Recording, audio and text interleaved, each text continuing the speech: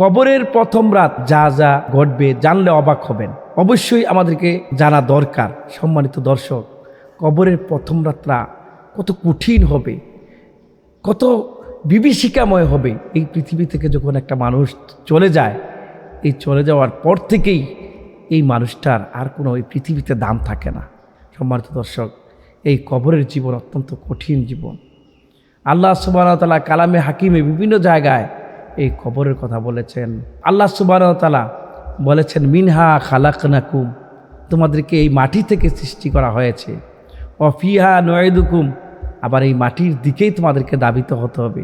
অমিনহা নুখরিজুকুম তারাতান উখরা, অর্থাৎ এই মাটি থেকে আবার তোমাদেরকে উঠানো হবে। সম্মানিত দিনী ভাইরা, আমরা যে পৃথিবীতে রঙ্গমঞ্চে খেল তামাশা আছি, আমরা তো এই দুনিয়ায় চিরদিন থাকতে পারবো না। এই দুনিয়া আমাদের আসল ঠিকানা নয়, আখিরাত হচ্ছে আমাদের আসল ঠিকানা।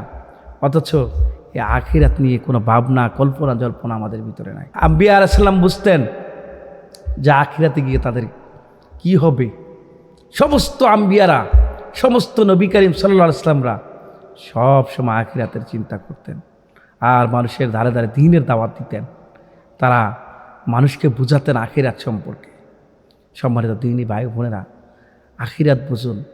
আমাল হায়াতুদ দুনিয়া ইল্লা লাইবু ওয়া লাহ, দুনিয়ার জীবন খেল তামাশা বই আর কিছুই নয়।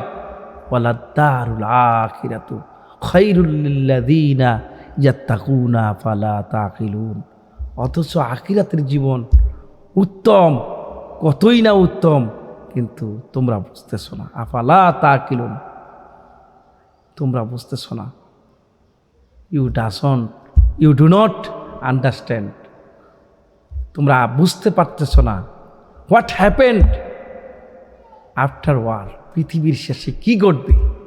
হোয়াট উইল হ্যাপেন, আল্লাহ সুবহানাহু ওয়া তাআলা কি ঘটাবেন। কবরের জীবনটা কেমন হবে, কি হবে কবরে, কবরের প্রথম রাত আপনার কেমনে যাবে। দুনিয়ার মানুষেরা, দুনিয়ায় থাকতে সুন্দর খাটে ঘুমিয়েছ, একটু শীত লাগলে কম্বল গাও দিয়েছ,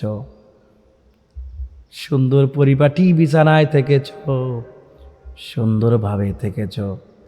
সম্মানিত ভাইরা আমার, দুনিয়ায় থাকতে কোনোদিন খারাপ বিছানায় থাকো নাই, ফ্লোরে ঘুমাইতা না, ঠান্ডা লাগবে। রাতের বেলায় এসি ছাড়া ফ্যান ছাড়া কোনোদিন ঘুমাও নাই।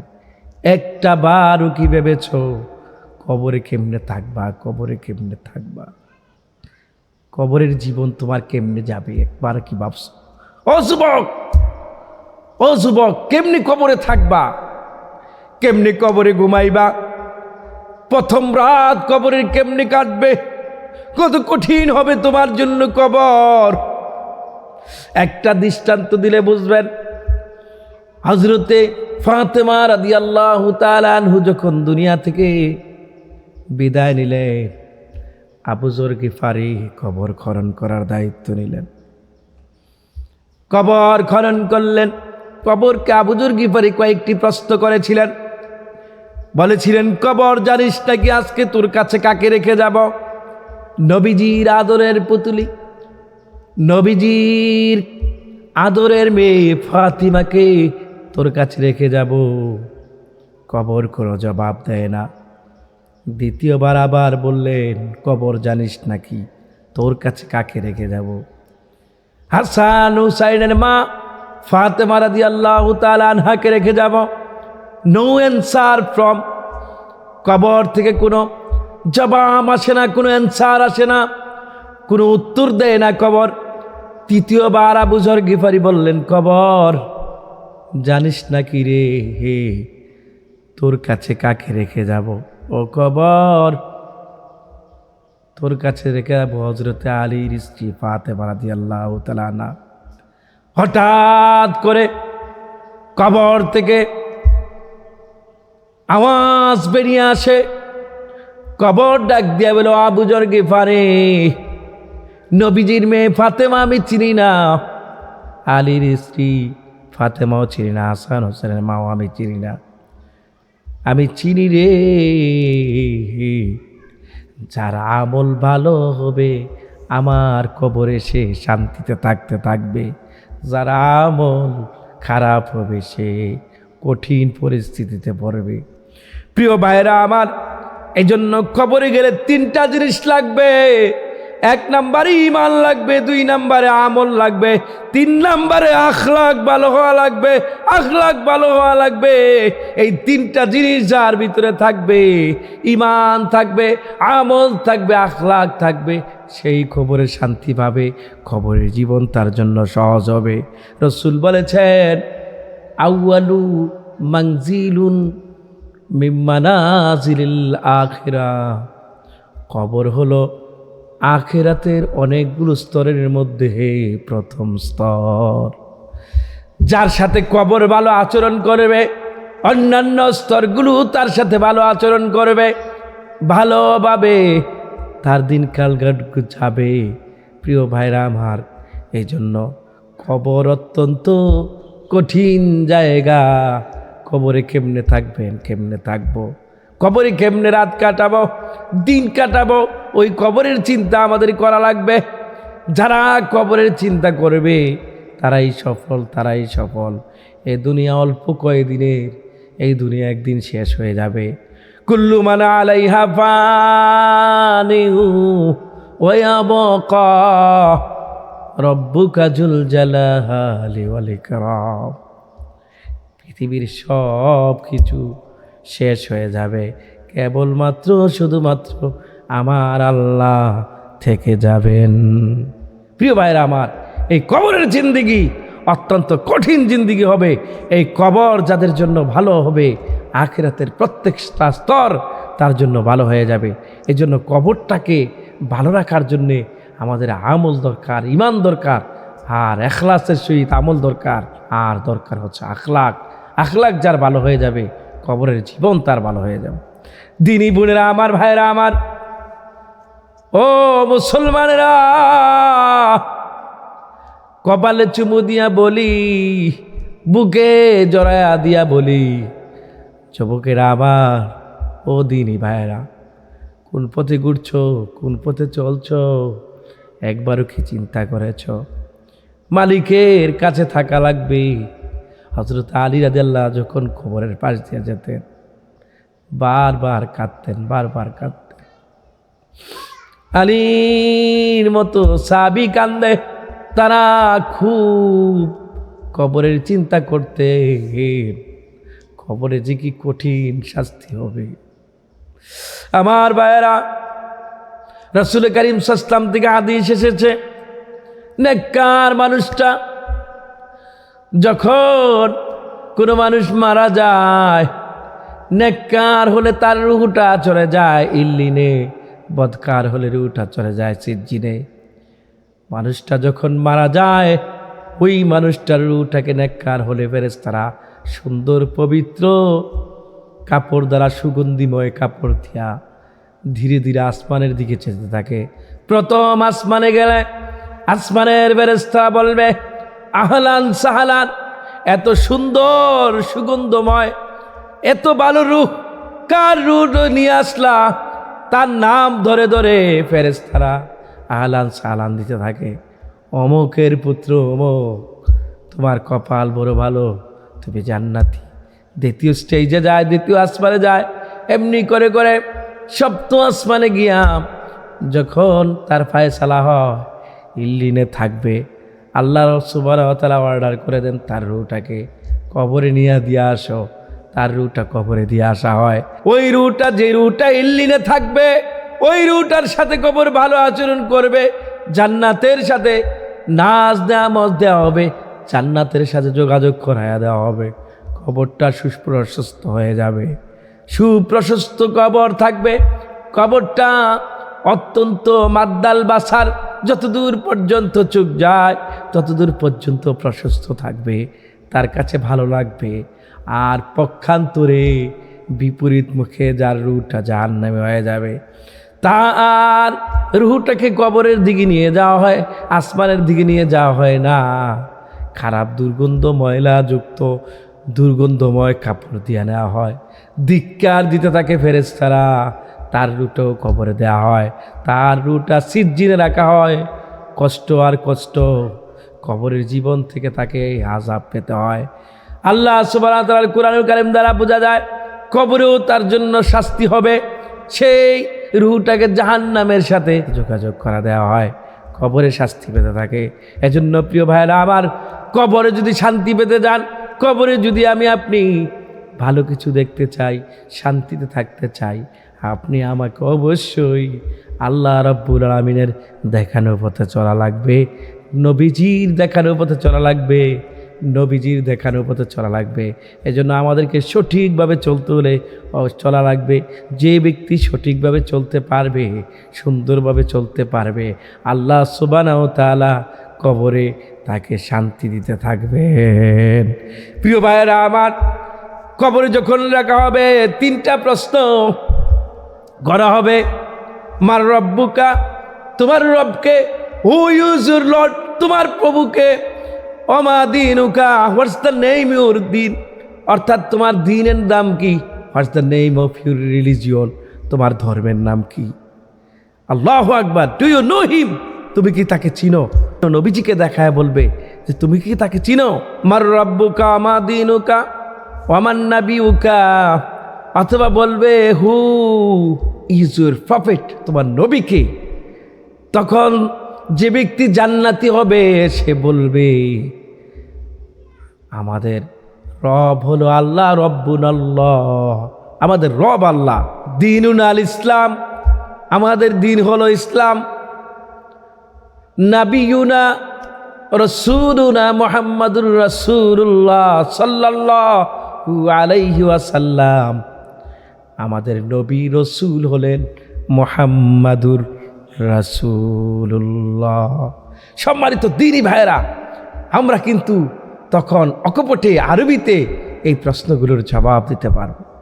সম্মানিত দ্বীনি ভাইয়েরা, মুসলমান বোনেরা আমার, তখন আপনি প্রশ্ন করতে পারবেন যে জীবনে তো কোনো দিন আরবি পড়ি নাই, কেমনে আরবিতে অ্যান্সার দেব?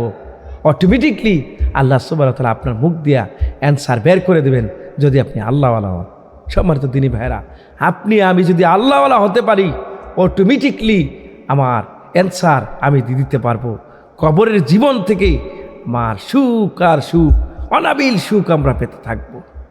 প্রিয় ভাইরা, সেজন্য দরকার আমল। যে কথাটা বলতেছিলাম, যে ব্যক্তি কোরআন পড়েছে, সূরামূলক পড়েছে, ওই ব্যক্তিকে যখন কবরে দেওয়া হবে, মূলক তার সাথে উঠবে, আমলগুলো তার সাথে উঠবে।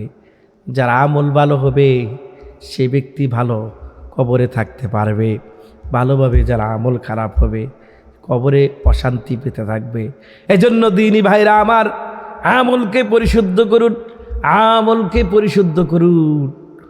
দুনিয়ার ভিতরে টাকার বড় দাম, টাকা ছাড়া দুনিয়া চলে না।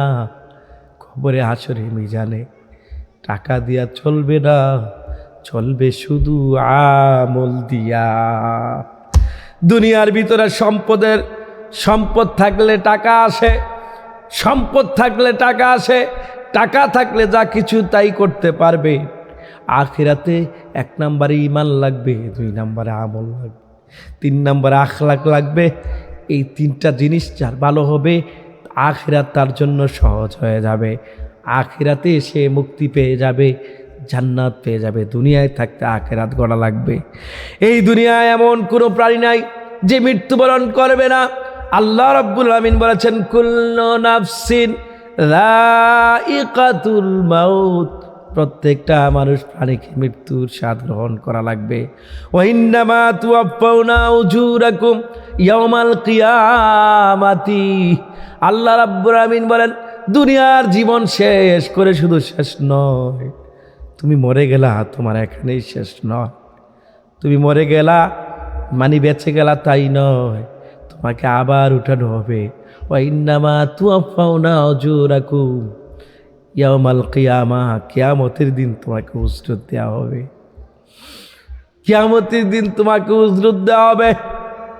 আল্লাহ রাব্বুল আমিন বলেন, ফামান জুহজিহা আনিন নার ওয়া উদখিলাল জান্নাতা ফাকাদ ফাজা। আল্লাহ বলেন, যারা জাহান্নাম থেকে বাঁচতে পারবে আর জান্নাতে যেতে পারবে তারাই সফল হয়ে যাবে। জাহান্নাম থেকে বাঁচার একমাত্র কেবলমাত্র উপায় হলো সেটা হচ্ছে আমলে সলেহ আর ঈমান। যার ঈমান থাকবে, আমলে সলেহ থাকবে, নিশ্চয়ই নিশ্চয়ই সে জান্নাতে অবস্থান করবে। কবর তার জন্য ভালো আচরণ করবে। কবরের প্রথম রাত থেকে শান্তি পেতে থাকবে। কবরে অনাবিল শান্তি থাকতেই থাকবে, শান্তিতে থাকতেই থাকবে, শান্তি পেতেই থাকবে কবরে। প্রিয় ভাইরা আমার, নামাজ ছেড়ে দেই, রোজা রাখি না, মানুষের গীবত করি, বাজে কাজ করি, বাজে কথা বলি, কেমনে আমরা কবরে শান্তি পাবো? কবরে শান্তি পেতে হলে সমস্ত খারাপ কাজ থেকে আপনাকে বেঁচে থাকতে হবে, বেঁচে থাকতে হবে।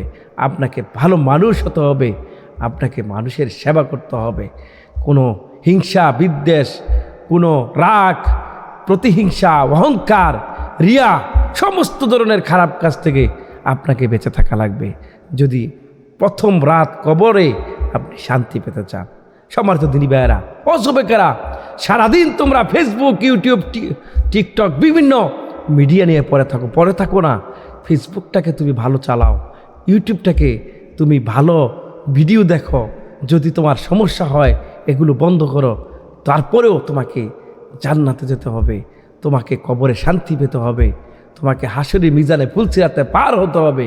সম্মানিত দিনী ভাই বোনেরা, আমরা যেভাবে চলছি বেপরোয়াভাবে, আল্লাহ মাফ না করলে আমাদের কোনো উপায় থাকবে না। আমাদেরকে অবশ্যই আখিরাতটা ভালো করতে হবে।